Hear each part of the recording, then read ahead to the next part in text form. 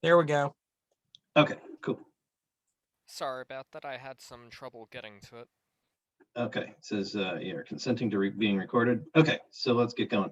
So my name's Gaston de Clermont, NESCA, Zachary most mundanely.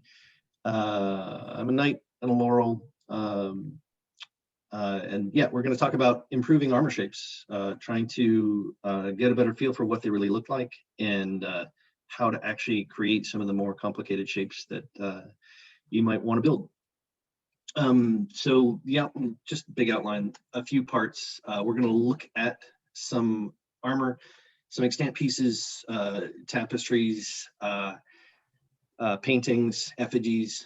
We're going to look at anatomy a little bit, some subtle things that you might not realize about your own body that medieval smiths kind of figured out to their advantage, things that we should take advantage of now.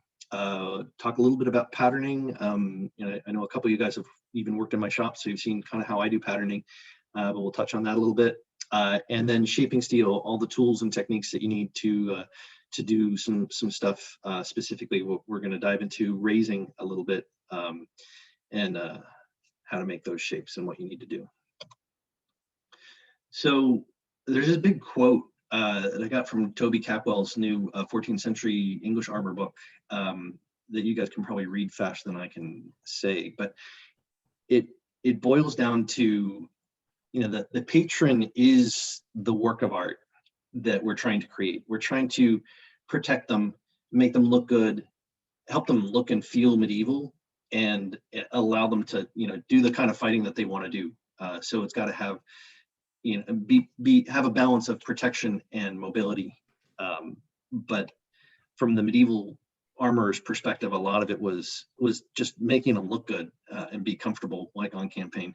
They had some different constraints of what they needed for, tournament rules are different. They're going on campaign. They're not just popping their helmet on to do a quick tournament kind of thing. So some of the trade-offs they made were different. Some of the materials they had were different, but their goal is to have a patron look and feel their best. It's like a bespoke suit. My underlying philosophy, and it's roughly shared with the SCA at large, is that it's a medieval organization. Medieval stuff is cool, that we should make medieval things. It's easy to kind of drift off into building whatever is fun and cool, and there's nothing inherently wrong with that, but my focus here is to make things that look and operate like their medieval counterparts did. I have the assumption that most medieval smiths kind of knew what they were doing. They were doing it professionally. They were relying on centuries of other smiths teaching each other and trying to improve things. It was kind of the height of their military technology at the time. So most of the stuff that they did functioned. There are times when it might not have worked as well, or we find a piece that is just a little funky, but mostly they're pretty more functional stuff than we're likely to just figure out on our own. To make medieval stuff, you've got to look at medieval stuff and really kind of get it into your brain. And looking at it is not as, sorry, my dog's scratching at the door. Looking at it is not as straightforward necessarily as just opening a book and glancing at it. I have pictures laying around the shop. I draw things to try to get a deeper understanding of how things work together and what the shapes really were. Putting a ruler to things, sketching them out, comparing a lot of the originals to each other.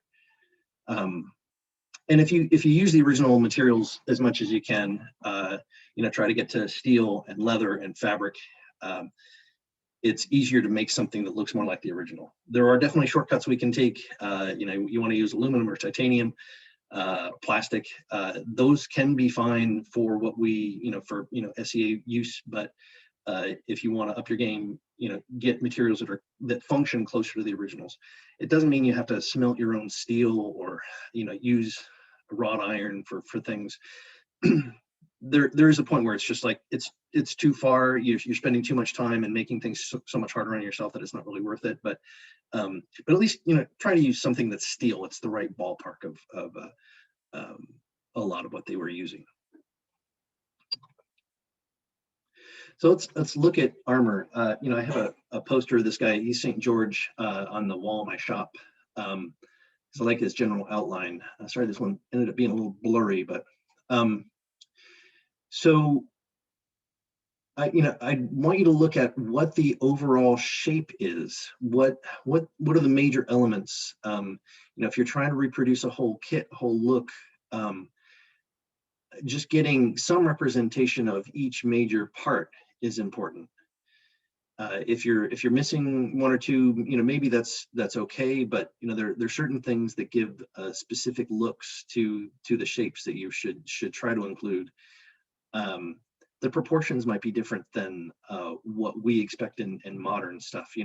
A modern American man tends to not cinch in his waist really tight like this. He's got his belt in really snug for, it's just under his natural waist, just under his rib cage, and then it flares out. He's got wider looking hips, a pelvis that maybe is not totally possible with actually how bodies are made. He's got a girdle or a plaque belt down real low over his hips that makes his hips look a little bit wider. There's it's a sculpture of a saint, so he's not necessarily trying to be completely realistic. The sculptor did do a few things that augment the way the guy is shaped. He's got his arms up so that they look bigger. He blouses out the jupon so his arms look larger, so his upper body looks above the ribs, looks larger, which consequently makes that natural waist look smaller. The plaque belt makes the waist look wider, so it makes that natural waist look even smaller. He's got his toes pointed downward, so it makes his legs look longer. So he's really elongated, and he's got his hands up over his head, so it makes him look taller. So the sculptor's using a lot of the kind of modern techniques that photographers use to make models look really good in a fashion layout. But what we're looking for here is what is the general profile that they were really shooting for that makes them look particular to their age. This guy happens to be from the last decade of the 14th century, but every era and region has kind of its own look, and we'll take a peek at a couple of those to try to compare. If you're trying to do a specific era, figure out what's particular to that era to make it look right. All right. So we've all seen this guy. This is the Bayou Tapestry, just a random image from it. So this was probably done around 1077, 1076, in that ballpark. After the sharing. Okay. After the conquest of Britain by William the Conqueror. And yeah, I just want you to kind of soak it in and take a look at what do you see here that's different than what we see within reenactors. What are the important lines? We don't see that same kind of wasp waist like we did in St. George. Some of the guys are, have kind of a little bit of a weasel shape. They're kind of a sinuous shape, but for the most part, they're not super bulky. Their bodies are sort of, just a little bit of a blob. But there are 2 points that I found from looking at these. Well, I guess maybe 3. So it looks like their male shirt things it's like a romper, right? They've got legs on them that go down to about the knee, and maybe like a leather band, maybe fabric at the bottom to kind of hold them down. It doesn't look like it's quite just a shirt parted there. I mean, maybe it is, but on every single leg, there's like a little band that looks like it's going around their leg, like it's a little leg cuff. I don't know how they get in and out of them. Maybe there's seams up the front or the back, but that's interesting. But I don't think I've seen that on modern reenactors like anywhere. Their lower legs are completely unarmored. They're in probably a chouse of some sort. Their legs are fairly slender. You see a little bit of a bulge to the calf, and then the ankle is just slender, like they're just wearing long socks. Their shoes are just like a ballet slipper. They're just like light little, probably just a little leather turn shoe.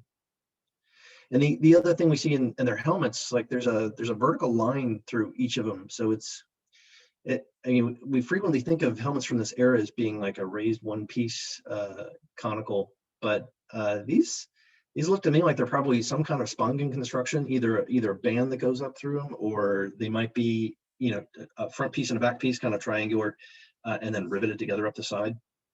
They do have, like the guy on the far right with the epic mustache. He's got a little band, you know, maybe brass, Latin, something like that, and then a little nasal. And the nasal also kind of kicks out further away from his face than we see in a lot of reenactor stuff. And we don't want to have like a rattan club grab that nasal and twist your head off like a Lego man, but the nasal kind of kicks out away from the face a little bit further than we're used to seeing nasals that are far more vertical in modern stuff. So just, you know, looking at some of these lines, you know, appreciating, you know, the differences in each era and culture is what I wanted to focus on. All right, this is the Massajeski Bible. We only have a few more images to dig through in these, but so this is, I don't know, 150 years later after the Bayou Tapestry was done, armors progressed. I want to look at the great helms, you know, the big helms on the guys mostly on the left, and the big observations, things that I didn't notice. You know, I built a great helm years ago, and I didn't really appreciate just, you know, what was going on with the lines. But they're all curved. You look at the one on the left, the white one, and it's, you know, it's not a flat top. It's got this arc across the top edge. The back edge has got an arc. The bottom has got an arc. The front's got an arc. That they're all curves. It's not a cylinder. It's, you know, it's a much more complicated shape. And I think if you do it right, if you follow some of those lines, you can make a really excellent looking helm that's just is far more impressive and intimidating than just like slapping a bunch of rectangles together and, you know, putting a flat square top on it, which, you know, it can function fine. And, you know, if you don't have a lot of time to pattern it out, that's that could be all right. But you know, take a look at some of those curves. Also notice that you see a lot of neck on each of these guys, so that the helm really comes just to the bottom of the jaw. So to do that in a list legal kind of way for SCA fighting, you're going to need to do a pretty good gorget that's hopefully not too bulky to protect the neck. We also get, you know, the challenge with these guys that, you know, if you want to fight in this stuff, you know, fighting hard with clubs or steel weapons, you're going to have to find some hidden armor ways to handle what you call like elbows and body armor and stuff, because these guys are all you know, wearing mail everywhere. We also see that they're wearing mail chouses, but they've got a hauberk too. You can see that, you know, the guy in the foreground on the green covered horse. He clearly has a shirt. You can see the bottom hem of it. Their body, the bodies are covered with a fairly simple surcoat. They seem to be okay with it being baggy in the middle. You know, flowing robes. They almost look like, you know, they're kind of supposed to be biblical figures. So they've got that kind of statesmanly flowing robe kind of thing going on throughout the depiction. Also, you know, keep an eye out for different figures. There's only one guy that's, you know, clearly, you know, foreign in some form. The darker skinned fellow that's looks like he's having a pretty bad day. Watch for figures like Goliath, you know, other, you know, the three wise men, saints and stuff like that, because they're not always depicted in a way that's typical of the culture that they're in. Sometimes they're intentionally weird, you know, foreign. They exaggerate some of their features, their armor, so they're not necessarily typical of the era. You know, this guy looks a lot like most of the folks around him. He's wearing a slightly different kind of helmet, but you know, he's probably fairly believable. So it's nice that he's depicted, at least typically. Okay, so this guy, this is a late 14th century dude, back into the one true century. So he's a Marshal of France in the 100 Years' War. And, you know, major things that we see about him, we're going to dive into what the arms look like a fair bit. We've got some examples. So the forearms are almost totally like a cone segment. There's a little bit of a curve to them. Like if you put a straight edge up against it, they're not totally flat and straight, but it's still kind of a cone. The elbows come to a bit of a point. which is good because, you know, your actual elbow comes to a bit of a point. We can see, you know, steel arms. We can see that narrow waist under his right arm there. It's kind of tucked in, so he's got a little bit of that wasp waist sort of thing. His chest looks fairly full. From this angle, we can't really tell how full. So when we go to the next image, and you can see it's really, you know, kicked out pretty far away from his chest. It's either padding or a globose breastplate, and you can also see that really epic haircut, which I had in 3rd grade. It's yeah, it's tough. And he's got a cool male standard. You can see some of the lames and stuff on the arm. But yeah, my point here is there's things that you can't always see with a single view. Sometimes you just need a different angle to really catch a lot of the curves, you know, curves being 3D things and pictures being 2D, and especially with steel and effigies, they don't always photograph easily with the lighting that we have available. There we go. So in the same vein, this is the Cherbourg 14 breastplate. It was probably made by Pietro de Massaglia around 1400. We see in the picture on the left, it looks like it could be kind of flat, just because of the way the light bounces off of the steel. The 3/4 angle in the middle shows, yes, it's definitely got more, you know, a deeper curve, and the one on the right really shows that the full depth of that body. It's a lot to take in, and it's good to have a few different pictures. Like when I'm building something like this, I typically have pictures like this, you know, floating around the shop, you know, tacked up on the wall close by, so that I can try to get the pictures, the image right, get the curves to match up. So yeah, there's a few pitfalls with this style of body harness. We see it with, you know, the Cherbourg 13 and the Cherbourg 14 that, you know, armors have trouble with. That they either make it too flat, so it doesn't follow these curves, or they make it too long, thinking that, you know, it's got to cover down, you know, over the kidneys, it's got to cover, you know, my belly button. It's not generally the case. Or they make it into a sphere. If you try to do that, like, you know, dish it nice and deep and make it really cool, then the problem is that the upper part ends up digging into the clavicle. It hits your chest at an acute angle, and you don't really ever want to get hit by anything in the breastplate, because it's just going to gouge into you. So it's actually a bunch of different curves. You know, it's got this deep curve at the apex. You can dish this. You know, I do these cold periodically. You can do them hot if you prefer to. It is a little bit less elbow work if you do it hot, but you know, the point is you're going to use different radii of bowls if you're dishing it, to get that depth at the deepest part, and then it's a shallow curve in 2 directions at the top. It's, you know, left to right and up to down. It's got a little bit of curve still, but you know, you gotta ease that back a lot so that it ends up laying on the chest parallel to the upper ribs. Otherwise, it hurts. And we know that it ends at somewhere around the bottom of the ribs. Other pieces from this era do the same thing. Most of our bend in our bodies comes from, you get a little bit of hunch from the upper you know, shoulders and the upper ribs. They do bend, but most of our movement comes from between the ribs and the pelvis. So these guys kept that free so that you could have the maximum mobility, so you can move around in combat. You can generate your power from that hip twist and bend forward and to the sides to dodge things. The earlier solution was to use mail or pad. You know, the later solution, which we can look at, is to use a fold to protect you and cover that stuff. Yeah, let's do a little show and tell. I got a breastplate with a fold here. I built. Hopefully you can see it. It's away. So this one's roughly based on the Cherbourg 14 and the Pistoia altarpiece.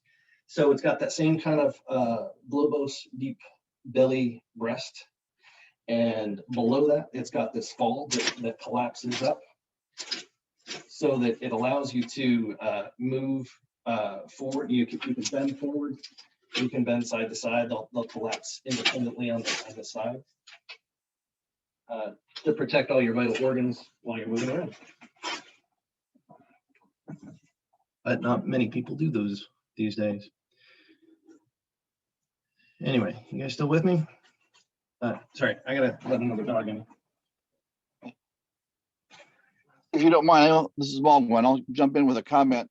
I really like those three images together because it points out clearly an error that I made a couple of years ago.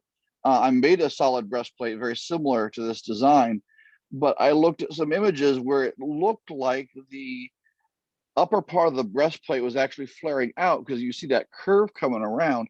In the middle picture, it looks almost like it flares out at the top. And then when you look at the first picture, it says, no, it does not. And let me tell you, when you get it put on you over your chainmail and it flares out at the top, you can really get your shoulder, a nice ouchy spot there. That flare wants to jab into the ball of your shoulder every time you move your shoulder in. Getting the different angles, and sometimes, unfortunately, the experimentation is needed so you can say, okay, this is my first attempt. It came out okay, but kind of badly, and I need to make the second attempt if I want to have a comfortable breastplate to wear. Yeah, excellent point. Yeah, you got to iterate a little bit. This is probably a little wider than what modern SCA combatants would totally want. We might have to cheat a little bit. That upper corner is a little sharp. I think the way that they moved, like we want to be able to block a shot coming in on our right side and throw an offside shot on the opposite side. So we need to cross our arms like really far, probably further than a lot of medieval fighters did. Especially, if they're on horseback, they're really only fighting on probably one side of them. They might be blocking, or you just let the shot go. Just don't fire the shot at that moment, so you're not doing this number. But to get the mobility that we want to be competitive in a sport, we might cheat those points in a little bit. If you go too far, it's just the proportions look wrong. So you might have to iterate on it. The other thing that I was kind of surprised by when I started building these is the curve down the front is really important. That if you look at the right image, it shows that curvature, and it comes in along the edge of the shoulder. If your steel has that shape, it can get in tight, past the nipple, like into the armpit, and you can still bring your arm across pretty far. If it's flat, the arm ends up like hitting things. If it's far away from the body, the arm hits things. So it's got to hug, along that pectoral line pretty closely. The better you do it, the more mobility you tend to get, and you don't have to cheat it to this narrower top, or you don't have to do things like folks do with the Sherbrooke 13 where it collapses in more than the original did. So you just follow that curve, and you get a lot more mobility and coverage, good protection on it. But yeah, Malcolm's other point about iterating is huge. I emphasize that in other parts of this presentation, because it's one of the big ways how we get better, because sometimes things pinch or ouch, or they're not shaped quite right. You got to adjust it. So elbows. Here's another thing about elbow shapes, things that we notice in these. So these are from three very different sources. The one on the left is Milanese. It's from the Sherbrooke 13 harness. The next one over is from the Musée d'Armée. I think it's one of my pictures, actually. That's in Paris. We don't know exactly where it was built. It just happens to live in Paris now. It may be a French construction, could be Italian. We don't really know. And the stuff on the two on the right are the same arm, and they're probably early 15th century, probably from the Chelsea Horde, the Mediterranean. So different regions, slightly different eras, probably within 20 years of each other. But there are a few things these three have in common. The elbows all come to a point. The one on the right is a little blunted, but yeah, it's kind of a cone shape. You can kind of model it like a cone. And the vambraces, the forearm pieces, they're more complex than just a cone. They're a bit of a tulip shape. They come in tight where the radius and the ulna are the two arms in your forearm, and when they when your hand flips over, those two bones form a helix. So the bones cross over somewhere around here, probably a little further up, honestly, but so the bones cross over and create this nice narrow point, and your forearm kind of creates this.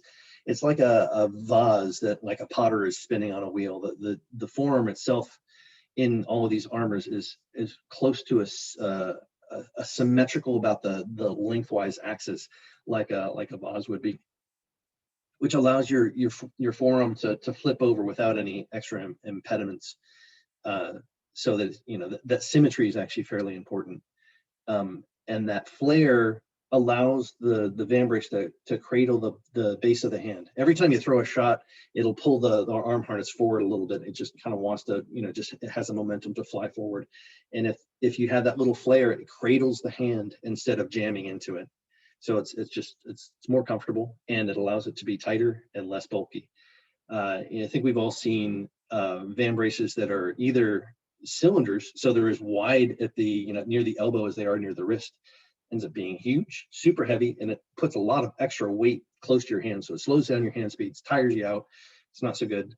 Or it's simply a cone, which can work, but it's not as elegant, it's not as strong, or as pretty as these guys are. So yeah, cone-shaped elbow cops and tuliped vambraces are kind of the upgrade that I want to point out in these guys. Resources. I think a lot of you guys already know these, but and this might be a good thing just to have in the video for folks that haven't seen them. One that I came across when I was trying to put this together is Parker Brown. He's a guy I've been Facebook friends with for years, but he's a good metal worker. He's been a silversmith for years, and he's got this great video on raising that he goes into some nice detail on exactly how he does it, what tools he uses. He uses some of the academic terminology for things, which is illuminating. So this, bug me offline or something. I'll give you the link to it, or you can dig it out of the video. It's a great little thing. This is it's got a link to my Pinterest page. But Pinterest in general can be a valuable tool if you're judicious about it. You don't want to just grab whatever, random armor stuff you want. I would go with museum pieces, things from like Gold's thesis, follow people that are, good researchers, historians, so that it's not just random images. You want to put as many good medieval images in your head as you can and strip out a lot of the modern stuff. Don't follow my work. Don't try to copy me, because you're just going to copy my mistakes and go off in the weeds where I did too. Look at the originals as much as you can, and you'll get a better feel for what the actual shapes were, and get some of that subtlety that you can only get from looking at the originals. If I can jump in with a quick plea. Yeah, sorry. You mentioned Pinterest and using museum pieces. Please, oh please, oh please, cite the source in your Pinterest. Yeah. There's so many Pinterest pages with it. That's a great piece of armor. I wonder where he got that. Or that's a great piece of artwork about armor. I wonder where he found that. Is that actually contemporary? Is it 200 years later? I can't tell from Pinterest. Pinterest won't tell me. So you have to actually cite your stuff. Yeah, that is definitely a valuable plus. I use TinEye sometimes to try to find the original version of it, but sometimes it's just like somebody photocopied it out of a book, or it's their own picture from a museum, and yet you still don't know. It's like, okay, it's curated by some museum guy, and maybe that's right, but and even you got to take the museum stuff with a grain of salt, because there's some terrible things that museum curators have done over the years. Mostly, Bradford Dean did terrible things with a lot of his collection. So yeah, cite it and talk about it. I should probably add more tags to my stuff too, because it does help. Once you're soaked in it, you kind of know, like, oh, this is where it's from, but like it's harder for new folks to really understand what they're looking at. And local armors are a huge resource. I've gotten a lot out of, just random folks that you run across in the community, sharing tools, books, armor knowledge. You never know who's going to have just the right perspective on stuff. Oh, and if you get a chance to, the United League of Armorers Facebook group is great. They do the forging. They did for a few years with the pandemic. They've skipped, but those conferences are invaluable. Yeah. Anyway. So how bodies are shaped. We think we know like what our bodies look like and how they move and everything, but there's some subtleties, particularly with regards to armor, that are not really obvious. I really don't want this to be condescending, like you don't know what your body's shaped like, but there are aspects where where it intersects with armor you might not. So specifically knees, I see a lot of new armors. I was in this bucket when I started, that you think like, well, knees and elbows are kind of the same. They're a joint, they move like this. It's it's good enough. But knees, because they've got a patella, the little kneecap, they're more like a sphere. They're more rounded. They're deeper, wider. It's a larger radius when you're trying to form some steel around them. And elbows come to a point. They're more like a cone. In the examples we looked at, you can make an elbow in a sphere. Stella, please don't. You can make an elbow in a sphere, and it functions. We probably all fought in some of them, and it's okay. But sorry, I'm gonna kick my dog out.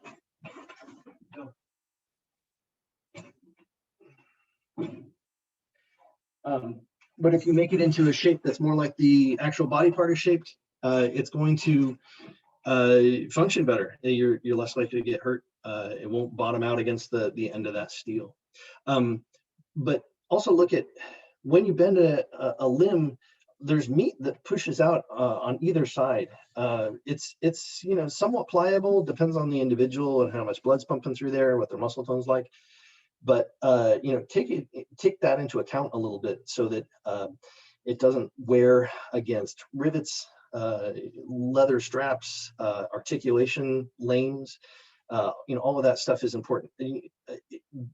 Also bear in mind that it's a little pliable. You don't have to account for all of it. It's not like it can never ever touch the sides, but for the most part, you give it a little bit of extra space, and that's particularly true in the knees. If we're fighting from our knees, sitting back on our heels, it pushes out the thigh and calf muscles to a fairly substantial extent. So leave a little bit of space so that they're comfortable in that direction.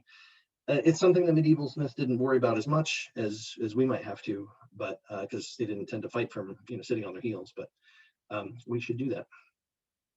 Articulation is close to the joint, and what I mean by that is, it sounds like blindingly obvious, but a limb tends to bend at the joint, which is a single point. If your limbs are 5 inches away from that, they're not necessarily giving you a whole lot of bend that helps you at the joint. They're just compensating for having screwed up the articulation where it should be. Try to keep your limbs fairly short and in close to the actual point where the body bends. This is true for lots of limbs, shoulders, elbows. Let's look at thumbs. So if you're building gauntlets, you'll notice, I look at my hand, like you've got maybe 80 degrees of bend in this upper joint. There's almost none in the next joint down. Maybe gives you like 10 degrees or something.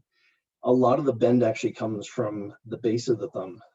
That gives us this kind of motion, and a lot of movement in the thumb comes from there. Many modern gauntlets put their articulation point up here. And that can work okay. You don't really need to, have full mobility in your thumb to, fight with a spear or a polearm or something.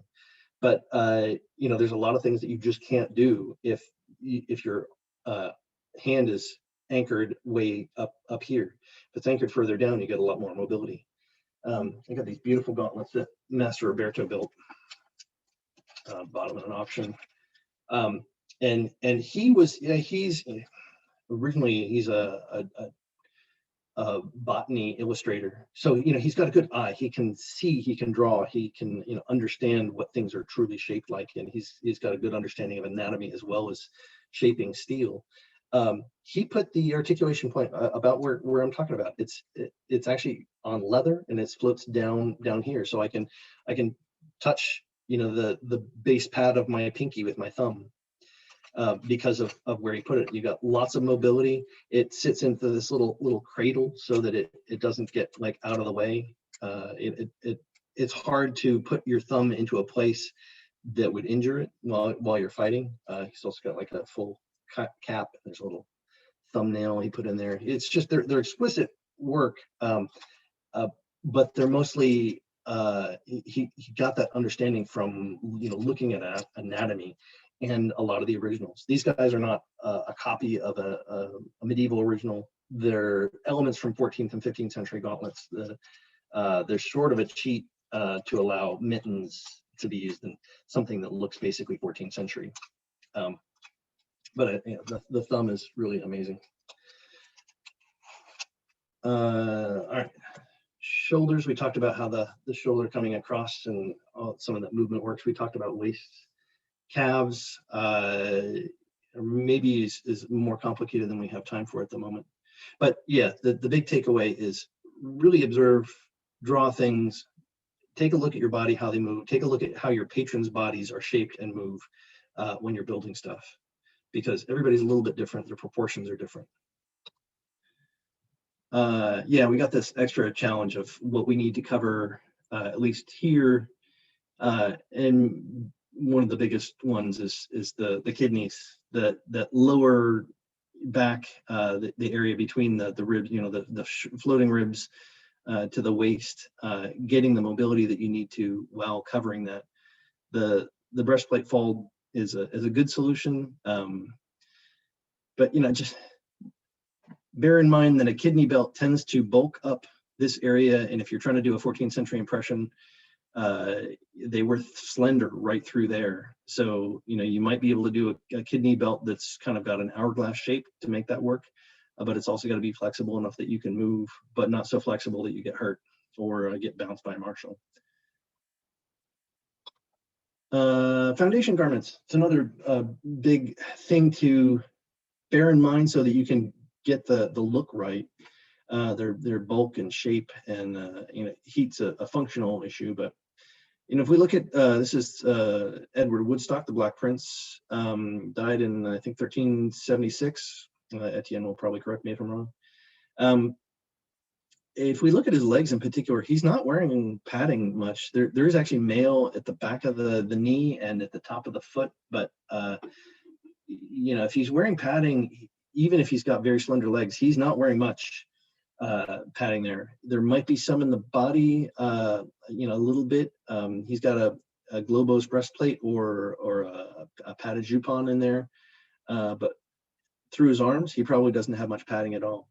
You see guys, fighting with, in the ACL or Battle of the Nations, frequently they have thicker jupons or gambesons going on. And that allows them to compensate for the armor not fitting right. They're worried about the high force levels in those games. They can get hit really hard, and if the armor isn't shaped like them, you want something to slow that blow down a little bit. So it makes some sense, and it's cheaper to get a thicker gambeson than it is to get good steel armor. But medieval folks, particularly at princely level, they kind of went in the other direction. They want to look elegant and smooth and wear things that are close to the body and shaped well and show off their wealth with good shaping, rather than you use the protection of just thicker gambeson. Don't use jeans, don't use boots. Low turn shoes are really the right way to go to get that tapered, slender leg look that is what they were shooting for. We see it, in the Bayou Tapestry and here in the Black Prince. It's not like it's universal. Like, if you're trying to do like, Persian or Mongolian or, there are other looks where the leg shape might be different. Don't take this as a universal thing, but in the examples we've looked at here, the legs are kind of slender and you can't do a lot of bulk underneath and make that look work. Ooh. Gaston? Yeah. Just a quick comment on the previous slide, because I know it's something I messed up with early on. Just like you could use extra padding in post-production, quote unquote, to kind of fix things that don't fit perfectly right. Yeah. Make sure that when you're taking measurements of the wearer for shaping the armor in the first place, that they are wearing whatever padding or undergarments they're going to wear when it's actually used. Yes. Because I've undermeasured things in the past by measuring a hand for a gauntlet, not realizing there's going to be a a thick glove underneath, or Yep. Same thing for elbows and the like. Yeah. Yep. Great point. Yeah, it can be overdone. I made a body cast of myself, actually. Scott, who's on this call, helped me out with it. And I was wearing my gambeson under it, and we wrapped it all up. And the body cast ended up not compressing quite as much as it seems to in real life. So the body cast ends up being kind of big. So getting that right level of, you want to compensate. Bear in mind how much that extra padding is going to bulk things up, and at the same time not overdo it too. So it's a balance. But yeah, if you don't take account for it at all, it's going to be way too tight. Very good point. So yeah, patterning. I only have a few minutes left, so I want to cover this stuff fairly quick.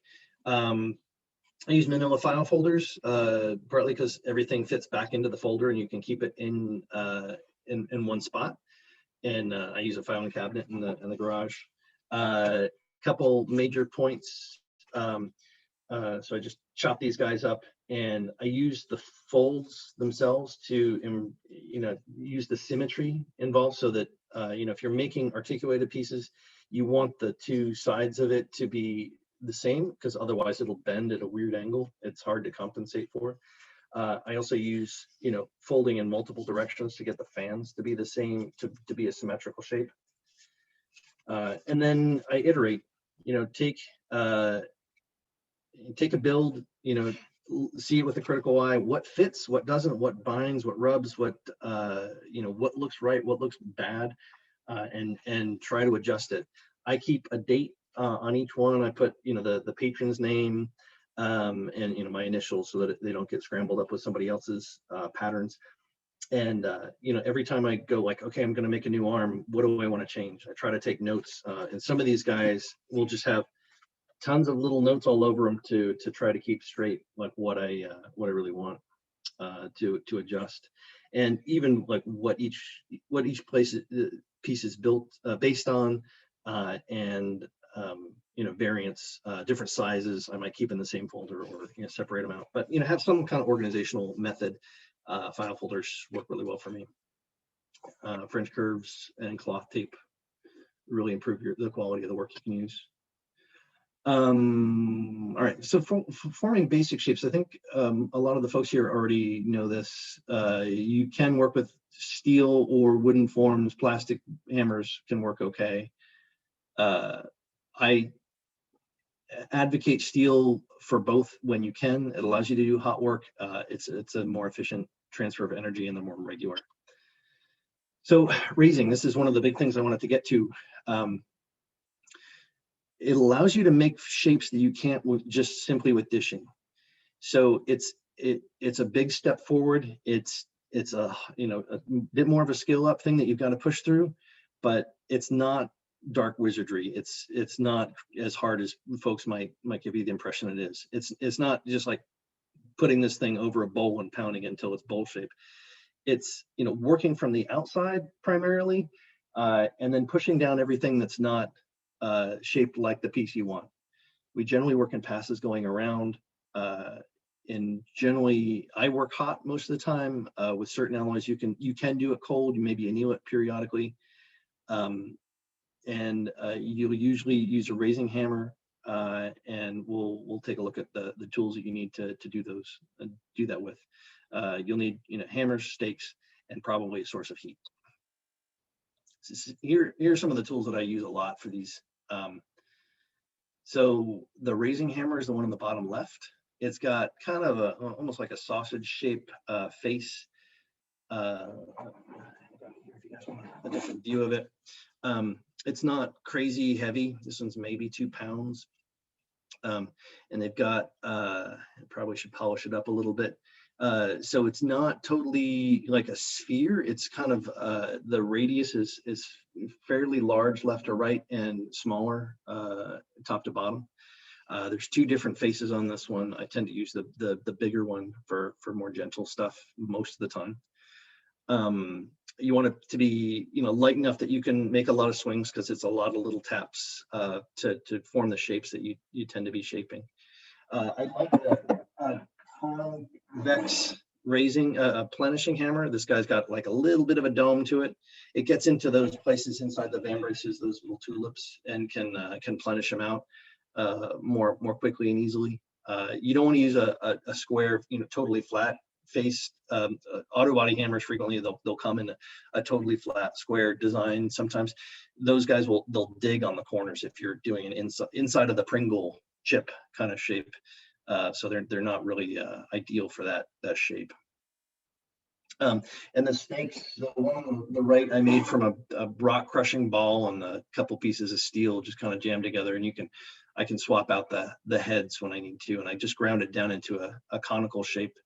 The one on the left, my friend Rob made for me, and it allows that the tuliping shape in the van braces. I just tap that in with a raising hammer usually. This is a stake plate setup. So the stools, they're an idea from Mistress Astrid Metalwise. They're just IKEA stools, and I put a Pexto stake plate into this one and just kind of carve it out and bolt that on. The big anvil-y looking shaped guy is a kettle stake that I bought off eBay, and then a bracelet mandrel is that big conical piece that just slides back and forth on it.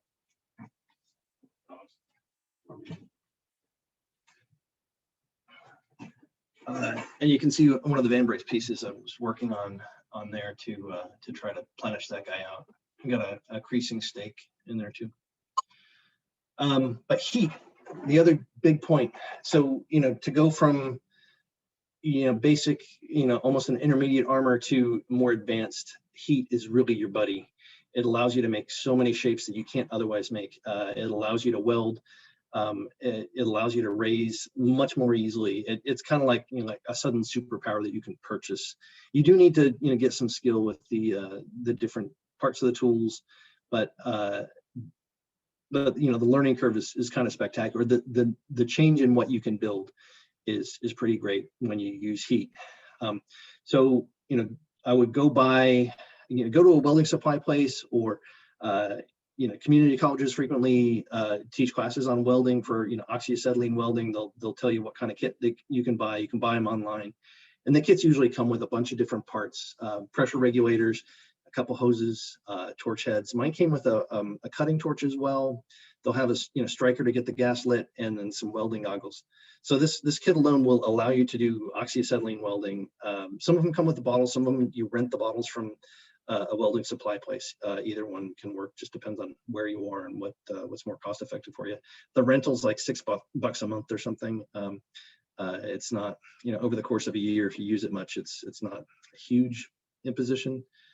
But this allows you to make all those Pringle shapes and cones and stuff that you can't otherwise make. The upgrades to this kit that really make raising work much more pleasant and more efficient are a gas saver. This is kind of like what all the cool kits use. Like when you go to the forging, like all the higher end armorers are using basically the same setup. So they use a gas saver, which is, it's got a little valve and a hook that you can hook your torch on it and turn off the gas. When I first started doing, actually Melvin was like holding the torch for me when I was doing this. It worked fine, but it's a lot of extra. It requires an extra person, or putting down a lit torch somewhere where you might not be able to see it, which is not so safe.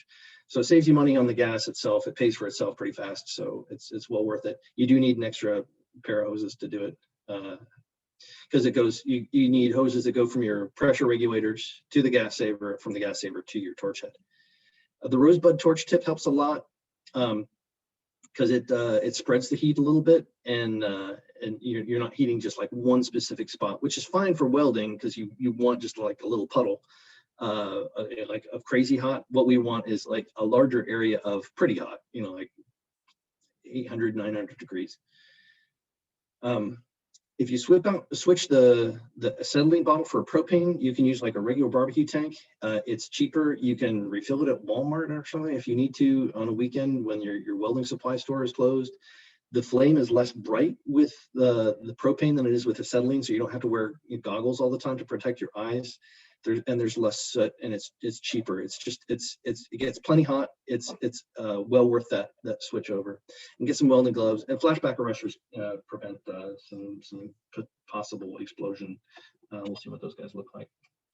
So on the left, sorry, I got to rush because I don't have a lot of time left. On the left, we got the gas saver. So it's got hoses going to it and from it. There's a striker that's hanging off there. There's a little pilot light on there that allows you to hang it up and relight it. And then I've got the Rosebud tip hanging off on the hook on the right side of that that lets you light and relight, light and hang it up and then relight it. On the right, you can see the pressure regulator in the foreground. There's the cutting torch in the back and the flashback arresters, which I'm clearly not using at the moment, but that's what they look like, little kind of brass cylinder tube things. So yeah, when you buy the oxyacetylene welding kit, you'll get 2 of the pressure regulators with it. I would probably recommend getting them new so that you don't have to debug them. A lot of them, the diaphragms blow out or they've been abused, and if you're a rookie with the tools, you're going to have to debug that as well as your own skills and knowledge. So if you just buy them new, they're less likely to be a pain. But if something's broken, you can take it to most welding supply places and say, it's broken, I don't know what to do with it. And they usually have a guy on staff that can take them apart and fix them for you. This is how to adjust the flame. To start with, just the top right image is just with propane. It's like lighting your barbecue. It's not super hard. And then you add a little bit of oxygen. It gets into that middle picture. And then when the oxygen and propane or acetylene mixes just about right, it'll look like the flame on the bottom right. You get these sharp, crisp, bright white blue cones for the fire. And that's when it's got the right mix. It's a stoichiometric mix. It's a right proportion of fuel to oxygen so that you get the hottest flame that you can. So this is kind of what some of my van braces end up looking like. On the left is just curled over a bracelet mandrel like we saw earlier. It's a big cone kind of shape. You can mostly do it with your hands and a soft, like a plastic mallet. And that can make an acceptable shape. It's kind of roughly like your arm. If you use some heat and a little bit of raising, you can push it more towards the one on the right, where it's pushed down and it's got that tighter area through the wrist. It's a stronger shape. It's just more resilient and more elegant. So only heat as much as you can before it cools. Eric Dubé says about the size of an egg. I think he works faster than I do, so I do something a little bit smaller than that generally. And it also depends on the thickness of the steel and the ambient temperature and whatnot, and you just how aggressively you're pushing things. Greaves. I mostly include this picture because things can look ugly before they look good, and don't freak out about it. You get like bumps and bubbles and things that need to be plenished down, and these ended up looking pretty good at the end. But don't lose your mind about it. Don't let the wrinkles don't let the bottoms touch. If a wrinkle becomes like really a fold, it's hard to undo and it almost always cracks. So you might have to go back and weld it. It's just kind of a pain. Try to keep things fairly smooth and in the same plane so that you can tap it back down with a plenishing hammer to smooth it out. And the blue thing there is 3M Scotch-Brite. This is just the 3M fiberglass tape of it's actually Scott's leg that we use to make sure that the shape is about right. Greaves are very particular in shape. They really need to be shaped like the wearer's leg as much as possible so that they really fit and function right. All right, close to done. All right, elbow raising. So we're getting into more conical raising stuff. I'll start off with a bowl shape, just dish it into the bottom of a tank bowl here in the upper left, and then taking the raising hammer, little passes of taps all the way around it. Rotate the piece, give it a little bit of heat, and tap it down. I tend to try to work when it's about red hot, and that's why you have the heat bands in here. The lower left is further a couple passes after that, and a little bit of plenishing, and then on the bottom right is a more completely plenished piece, and the final piece ends up looking like this guy. This is after it's been fired and polished and sanded down. So actually, I don't know if it's the same arm or another one. Can't see the whole fan. I make a bunch that are kind of generally like this though. And don't cut in too close to that bottom corner where the top is the fan. I know better, but I cut it close anyway, and that cracks even if you're raising frequently. So leave that really rich in through that corner so you can punch and file that out later. Okay, well, yeah, we're actually close to the end. Great. So the big takeaways. Really, observe what's out there, try to mimic what's already been done because they work with bodies already, try to understand the proportions between things, draw things, and use this loop of, starting with a clear vision, draw what you want to make patterns, build it. And this is a big takeaway from Mac that made the gauntlets. Don't be easily satisfied. If it, kind of close enough, whatever, it looks right from 100 yards away. That's maybe not good enough. Just push yourself to be a little bit better with each iteration, and then just go back and improve it. Find the things that work, the things that don't. Entering competitions can be valuable because you get feedback from other folks. They might see things that you don't. They might, all artists kind of obsess about certain details that nobody else cares about. So get feedback from your community. Think about things critically yourself. Buy good tools when you can. It's something that Astrid Metalwise, nudged me to do. To use heat. Buy some stakes. Yes, they feel expensive at the time, but over the long run, they do pay for themselves. You can try to sell some of your work to get other folks to pay for your own tuition and tools where that's what's feasible. It's hard to do early on. I'm not advocating that you try to do armoring professionally as a living because it's a really rough gig. I don't really want to do it, but it is a challenging vocation. But if you're trading tools and time and skills with other folks, it can definitely accelerate your path to getting better at what you're building. Use heat, share your knowledge, be good to each other. Here's some thanks, Astrid again. Folks in the Armor Archive, United League of Armorers. Folks, like some of them are here on the call. People that come over, I learn from you guys. I learn from teaching. I learn from building things.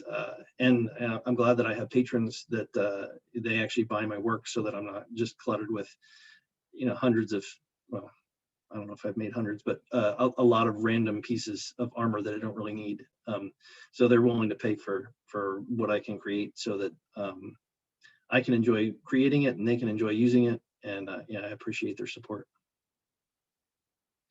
So we were in a little over time. Are there any questions?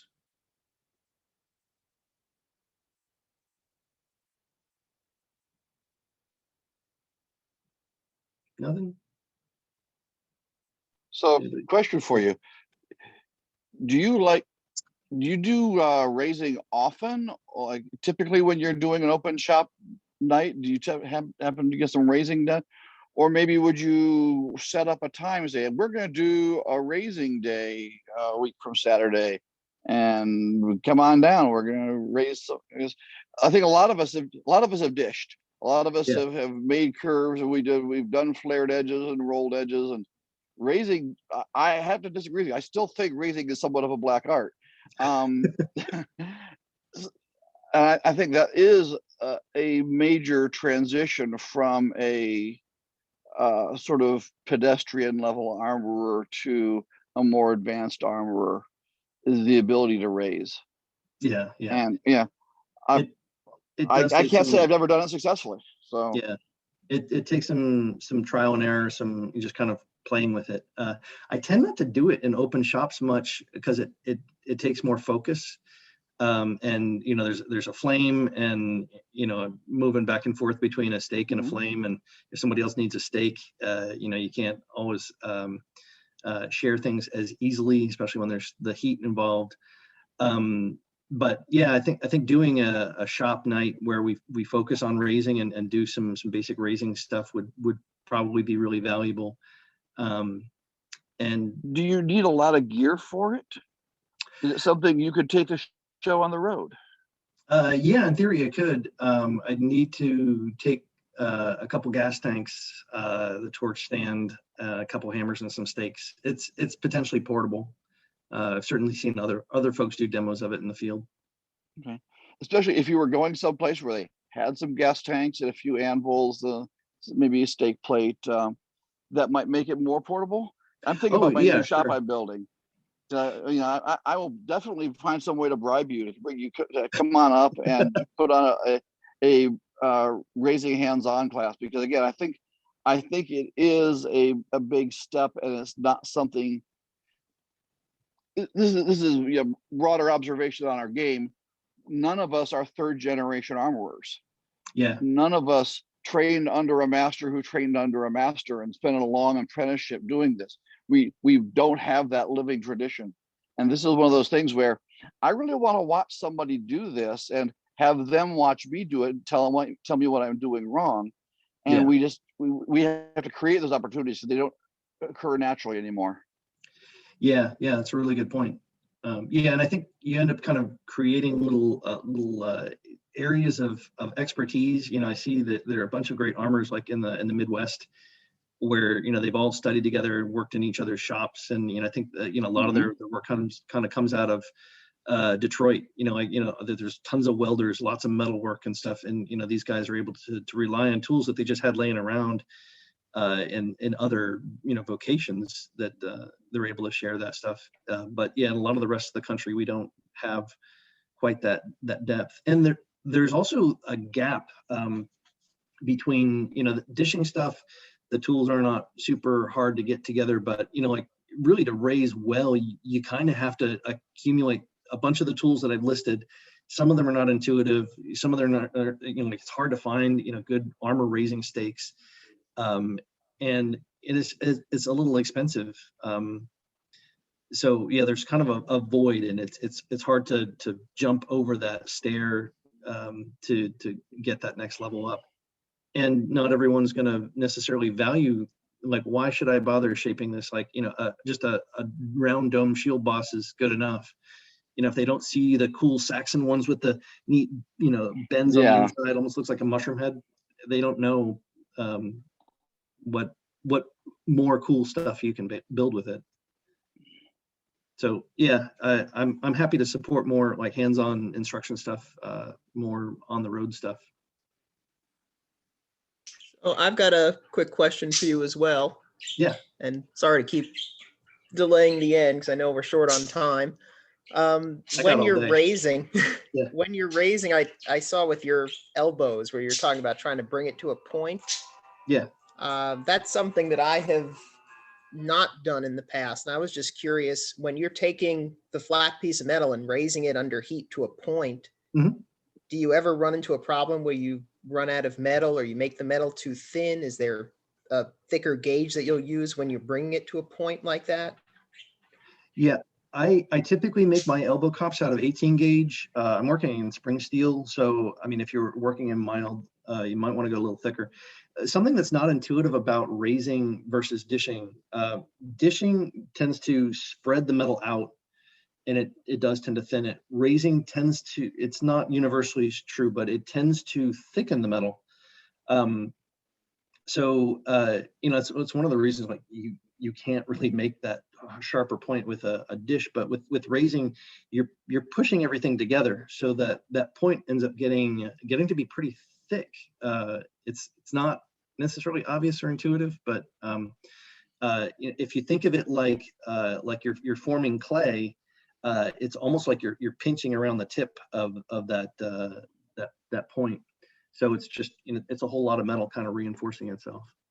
Okay, so as long as you're raising it properly, you would never have to reinforce or up your gauge at all to form that sharp of a shape or to Yeah. move the metal that far. Yeah, that's Okay. generally true. Now, bear in mind that if you've got, a ball stake underneath and, some steel in the middle and you hit right on this, if you pinch the steel, it's possible to thin it. The idea with raising generally is that you're pushing down into the void rather than right onto the ball, which is also one of the kind of differences. Like when you're dishing, it's quite possible to just keep pounding and pounding until the steel totally bottoms out against the bowl, which is fine, and it does give you a nice regular shape, but you're also pinching that metal a little bit and it thins it more. So don't over pinch it. But yeah, with raising, tearing through those guys is generally not a big problem. Okay, cool. Thank you. Mhm.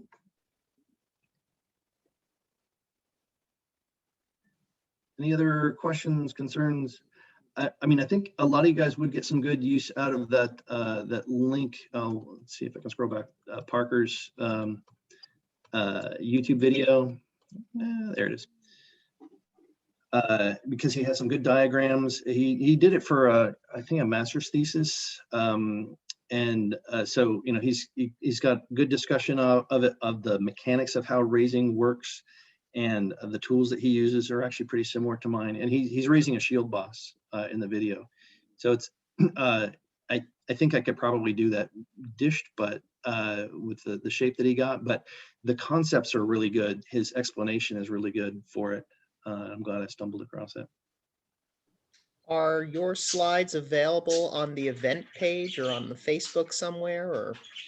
Yeah, I'll make them available, and the recorded version should be available as well. I didn't want to send them out beforehand because they get distracting. I know when I get a slide deck, I tend to skim through it really fast and not listen to the speaker. But so yeah, I'll make those guys available.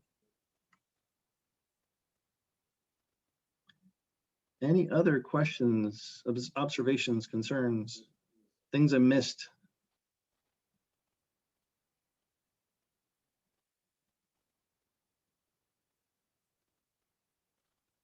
Okay, I guess we'll end it there. Thank you guys for attending. And yeah, if you got questions, bug me online. I'm happy to help folks out where I can. Yeah, share information, share tools, make cool stuff. All right. Thank you. Thank you, guys. Zach. Thank you. Thanks, Zach. I guess we'll stop the recording.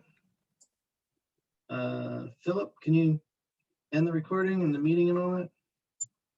Guess I have to stop sharing probably. Meeting controls. Stop share.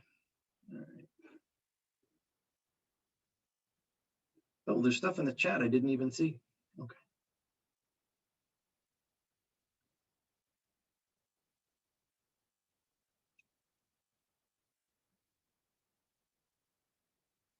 Yeah, the bracelet manual, that's a good idea. Okay, I think we'll end it there. All right, thanks guys.